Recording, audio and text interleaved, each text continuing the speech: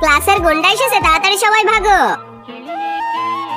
এই তুমি আমার গার্লফ্রেন্ড হওয়ার জন্য কি ভেবেছো? আমি কতবার বলবো আমার বিয়ে বসে। এই দাঁড়াও, তোমার কে বয়ফ্রেন্ড আমাকে দেখিয়ে যাও। দূরে সর, এই দেখ এটা আমার বয়ফ্রেন্ড, আমাকে আর ডিস্টার্ব করবি না। এই কথা যদি মিথ্যা হয় তাহলে কিন্তু তোর খবর আছে। আমি তো নিজেই চিনি না, তাহলে কিভাবে বলবো? এর পরের দিন থেকে তো ওই ছবির ছেলেটাকে আমি সারা স্কুল খুঁজতে থাকি, কিন্তু কোথাও তো তাকে পাই না। আরে ঋতু, আমার মনে হচ্ছে এই ছেলে স্কুলে কোথাও নেই। আরে একে যদি খুঁজে না পাই তাহলে অনেক সমস্যা হয়ে যাবে।